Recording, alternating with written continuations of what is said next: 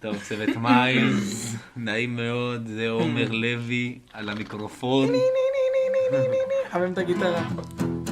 טוב, אנחנו רוצים ככה לתת לכם ככה לספר לכם כמה דברים יפים לגבי דורון. דורון, שאלות עד כאן. איזה אידיוט.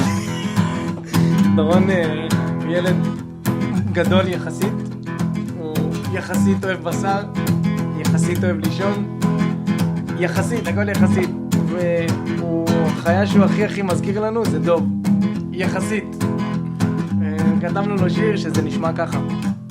הפסטה מדרקטתו שבאמת נחוץ ודוב, ישן במשק בגבעת חיים, סקייטים ושיפודים לרוב, הטבע חי נדיב וטוב, הוא מספק לדוזל את הצרכים.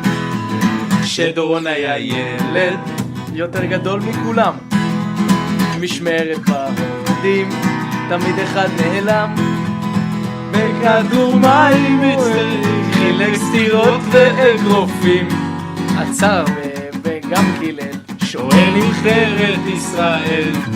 רגע, מרכז ענף, יודע לאן נעלמו כל התרנגולות? חפש במנגל שם אולי תמצא שרידים בגבעת חיים. ואז ביום יפה נורא ציפור לא באה עם בשורה, שנמצאה אשתו האמיתית, חזר עמום ומסונבר מזוהר אור נעים יקר, למזלו היא גם אוכלת בשר. דורון וזוהר, מהיום כל מה שתעשו, הכל תעשו ביחד, בטוב, ברע, זה הכוח שלכם. שאלות עד כאן.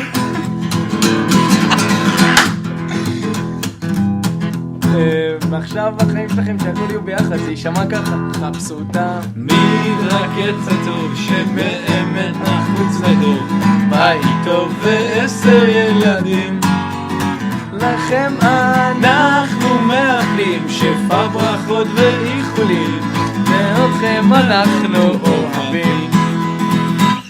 דורון מגדל את הצמיגים בגבעת חיים. טוב מאוד. כל זה אפשר לשלוח לצוות כולנו, נחירה אחי. אל תדאג, זה יישלח.